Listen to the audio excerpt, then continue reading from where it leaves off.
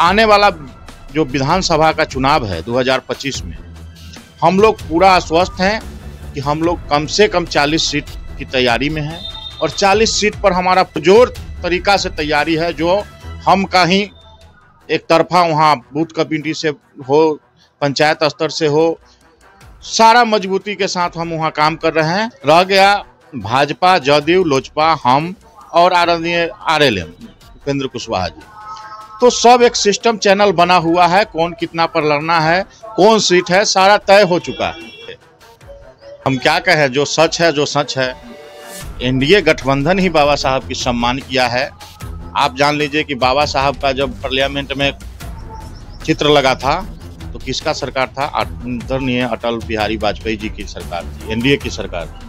आज नागपुर में बाबा साहब के नाम पर बड़ा पार्क और बड़ा बड़ा मूर्ति जो लगाए हैं आदरणीय नरेंद्र मोदी जी लगाए हैं। तो आप जो लोग नहीं जानते हैं उनको पढ़ना चाहिए और समझना चाहिए कि देश में क्या हो रहा है।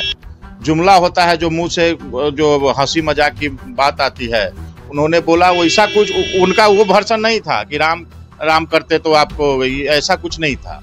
उसको तो तरोड़ मरोड़ कर लोग आगे किए हैं IND गठबंधन के लोग।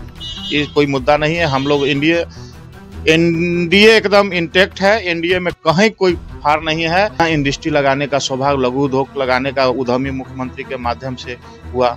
आज गांव में जाकर देखिए, कोई पापड़ का फैक्ट्री खोले हुए है, कोई पॉलिथीन का फैक्ट्री खोले हुए है, कोई मसाला उद्योग लगाए हुए है।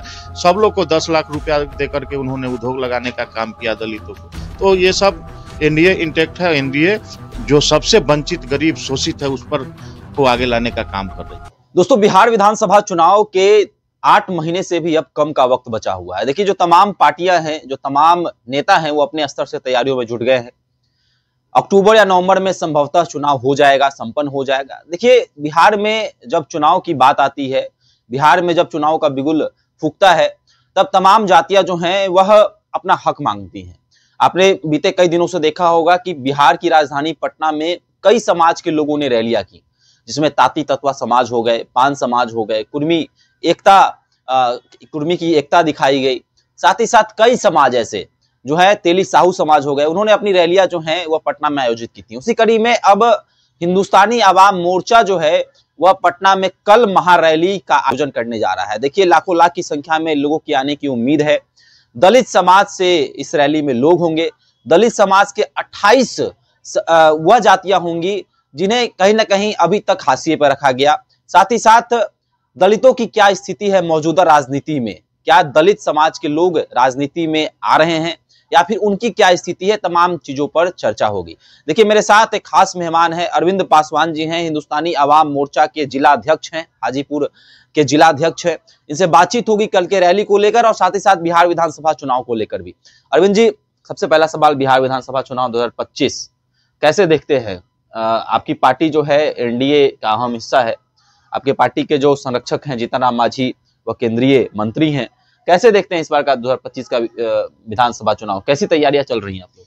चलिए, पहले आपको धन्यवाद कि आपने मुझे 2 बात रखने का मौका दिया है। सबसे पहले मैं वैशाली की गौरव धरती से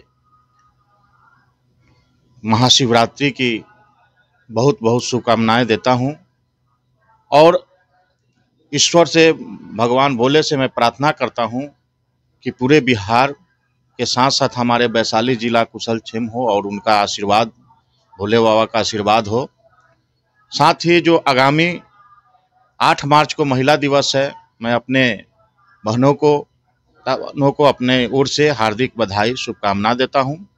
साथ ही जो आपने सवाल किया है आने वाले बिहार विधानसभा पर, तो आपने ठीक कहा है कि NDA का हम अहम घटक दल हैं। हमारे बिहार में भी आदरणीय राष्ट्रीय अध्यक्ष डॉक्टर संतोष कुमार सुमन जी 3 मंत्रालय संभाल रहे हैं और अहम मंत्रालय है। साथ ही हमारे राष्ट्रीय संरक्षक बिहार के आदरणीय पूर्व मुख्यमंत्री और आज केंद्र में भारत सरकार के माननीय कैबिनेट मंत्री हैं।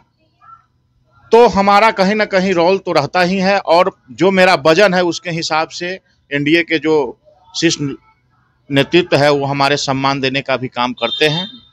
आने वाला जो विधानसभा का चुनाव है 2025 में हम लोग पूरा आश्वस्त हैं कि हम लोग कम से कम 40 सीट की तैयारी में हैं और 40 सीट पर हमारा पुरजोर तरीका से तैयारी है। जो हम कहीं एक तरफा वहाँ बूथ कमेटी से हो, पंचायत स्तर से हो, सारा मजबूती के साथ हम वहाँ काम कर रहे हैं। ऐसे 243 सीट पर भी हमारा कार्यकर्ता है और 243 सीट के लक्ष्य हम लोग के लेके चल रहे हैं।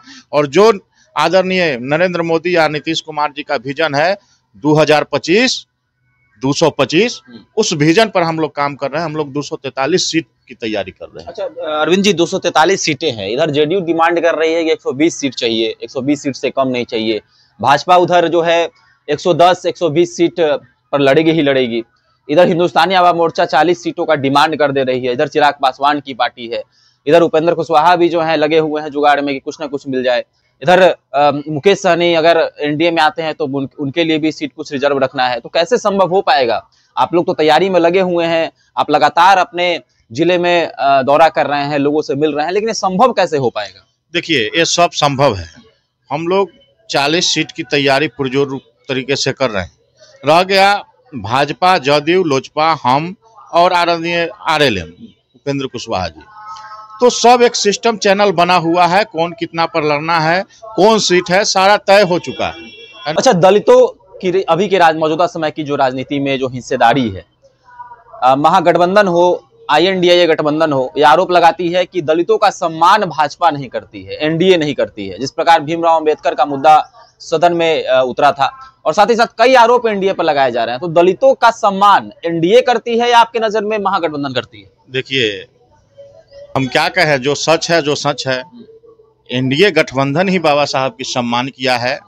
आप जान लीजिए कि बाबा साहब का जब पार्लियामेंट में चित्र लगा था तो किसका सरकार था? आदरणीय अटल बिहारी वाजपेयी जी की सरकार थी, एनडीए की सरकार थी। आज नागपुर में बाबा साहब के नाम पर बड़ा पार्क और बड़ा बड़ा मूर्ति जो लगाए हैं आदरणीय नरेंद्र मोदी जी लगाए। तो आप जो लोग नहीं जानते हैं उनको पढ़ना चाहिए और समझना चाहिए कि देश में क्या हो रहा है। दलितों का वास्तव में सम्मान एनडीए ही कर रही है और एनडीए ही दलित को उत्थान की बात कर रही है। फिर अमित शाह का वो बयान सामने आ जाता है कि अगर राम जी की पूजा करते तो स्वर्ग सीधा मिलता। तमाम बयान ये कोई मुद्दा नहीं है, ये कोई मुद्दा नहीं है। ये मुद्दा को इंडिया गठबंधन के लोग भटकाने का काम किया है। वो तो एक जुमला होता है जो मुंह से जो हंसी मजाक की बात आती है। उन्होंने बोला वैसा कुछ, उनका वो वर्जन नहीं था कि राम करते तो आपको, ऐसा कुछ नहीं था। उसको तो तरोड़ मरोड़ कर लोग आगे किए हैं IND गठबंधन के लोग। ये कोई मुद्दा नहीं है। हम लोग एनडीए एकदम इंटैक्ट है, एनडीए में कहीं कोई फार नहीं है।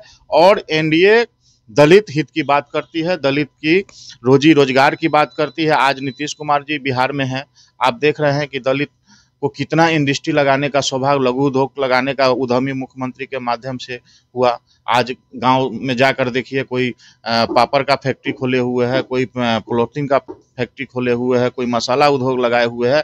सब लोग को 10 लाख रुपया दे करके उन्होंने उद्योग लगाने का काम किया दलितों को। तो ये सब एनडीए इंटैक्ट है। एनडीए जो सबसे वंचित, गरीब, शोषित है उस पर को आगे लाने का काम कर रही है। कल महारैली का आयोजन है। कल आपके समाज से काफी संख्या में जो है नेता लोग जो है उपस्थित होंगे। कल की क्या तैयारी है? कल क्या पूरा गांधी मैदान भरने वाला है? देखिए, गांधी मैदान तो आज रात में ही भर जाएगी। हम लोग का टारगेट है कि आधा गांधी मैदान आज शाम तक ही भर जाएगी। इतना बसों की संख्या आ रही है, पूरे बिहार से लोग आ रहे हैं। और दलित समागम नाम रखा गया है, लेकिन हम लोग समझते हैं कि जात से दलित नहीं होता है, सभी वर्गों में दलित समाज होते हैं। दलित उसे कहते हैं जो सुखी नहीं है, संपन्न नहीं है, आर्थिक रूप से कमजोर है, वो भी दलित कैटेगरी में आते हैं।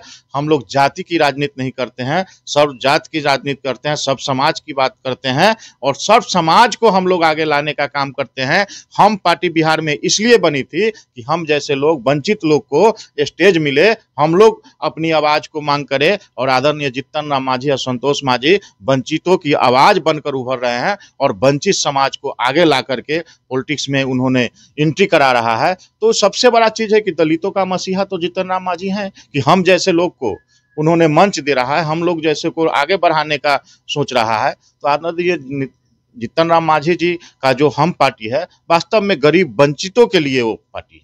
अरविंद पासवान को मौका मिलेगा इस बार अगर, तो क्या कुछ करेंगे? किस विधानसभा से चुनाव लड़ेंगे और कहाँ कौन से विधानसभा की तैयारी चल रही है? देखिए, हम बिल्कुल कहेंगे कि मौका मिलना चाहिए हमें, और हमारे नेता पर पूरा हम भरोसा है, विश्वास है कि उस बार 2025 में मुझे चुनाव लड़ाएंगे। और मैं राजापाकर विधानसभा 127 सुरक्षित राजापाकर विधानसभा से तैयारी कर रहा हूं, और पुरजोर तैयारी कर रहा हूं, और उस पर एनडीए से दो बार 3 बार हमारे नेता बैठक भी कर चुके हैं, आदरणीय मुख्यमंत्री से भी बात कर चुके हैं, और बहुत सारे जो एनडीए के शीर्ष लीडर हैं, प्रदेश के लीडर हैं, उनसे बात हो चुकी है। और लगभग हम मानते हैं कि हम पार्टी के खाते में राजापाकर जानी चाहिए। अगर राजापाकर जाती है तो हम वहां चुनाव लड़ेंगे। अच्छा, राजापाकर विधानसभा चुनने का ये क्या था, मतलब मोटिव क्या था? क्या राजापाकर में विकास नहीं हुआ? क्या राजापाकर अनुसूचित सीट है या फिर रिजर्व सीट है, इसीलिए आपने राजापाकर सीट चुना? देखिए, राजापाकर चुनने का 2 खास वजह है। एक वजह है कि हम राजापाकर के बेटा हैं।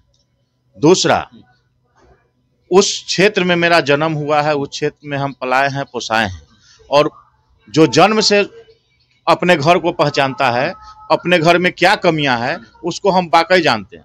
आपको पता होगा कि 2010 में राजापाकर विधानसभा सीट बनी, और उससे बाहरी लोग आ गए, बाहर के लोग आ गए और सीट को रखे हुए हैं गिरफ्त में।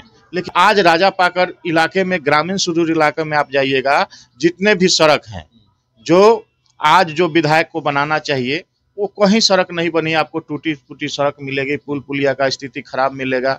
तो बहुत सारा समस्या है, वो सब समस्या हमारे संज्ञान में है। अगर वहाँ हमारे को प्रतिनिधित्व करने का मौका मिलता है, तो बली ऊपी हमको जनता और अपने गार्जियन से समझना नहीं होगा, क्योंकि मैं उस क्षेत्र का बेटा हूं, मैं खुद एक एक समस्या को जानता हूं, उस समस्या को हल करने का काम करूंगा। यही ललक है कि मैं राजापाकर से चुनाव लड़ूं। अरविंद जी, युवा हैं आप, और कहा जाता है कि बिहार में युवाओं की ऐसी फौज तैयार हो रही है।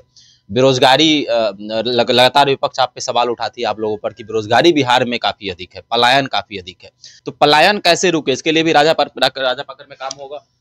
देखिए, एक प्रतिनिधि अगर चाह ले ईमानदारी से, न्यायपालिका और विधायिका एक ऐसा पावर है जो अगर ईमानदारी से अपने धरती पर काम करे, तो बेरोजगारी क्या, पूरे शिक्षित बेरोजगार को चुन चुन कर, या तो उसको कहीं प्राइवेट कंपनी से लेकर के बहुत सारे संस्था है, उसमें आप सेट कर सकते हैं, या उसको बहुत सारे ऐसे व्यवसाय हैं, उसको सरकार की स्कीम है, उसको अगर आप उस क्षेत्र में अगर चालू करवा देते हैं, तो सारा बेरोजगारी खत्म हो जाएगी। लेकिन कोई काम करता ही नहीं है।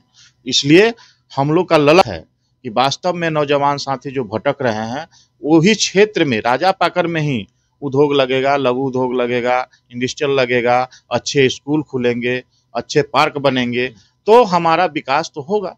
इस मेरा मोटो है, आगे मैं उस पर प्लान भी कर रहा हूँ। अगर मौका एनडीए देती है तो हम उसको दिखा देंगे कि विकास क्या होता है। अरविंद जी, आपने कहा कि राजापाकर में जो है पलायन रुक नहीं रहा है, युवाओं को नौकरियां देंगे। चिराग पासवान भी आप ही के घटक दल के हैं, उन्होंने एक इंडस्ट्रियल पार्क की घोषणा की है आप ही के विधानसभा में। कैसे देखते हैं, क्या इंडस्ट्रियल पार्क में बिहार के युवाओं को नौकरी नहीं मिलेगा क्या?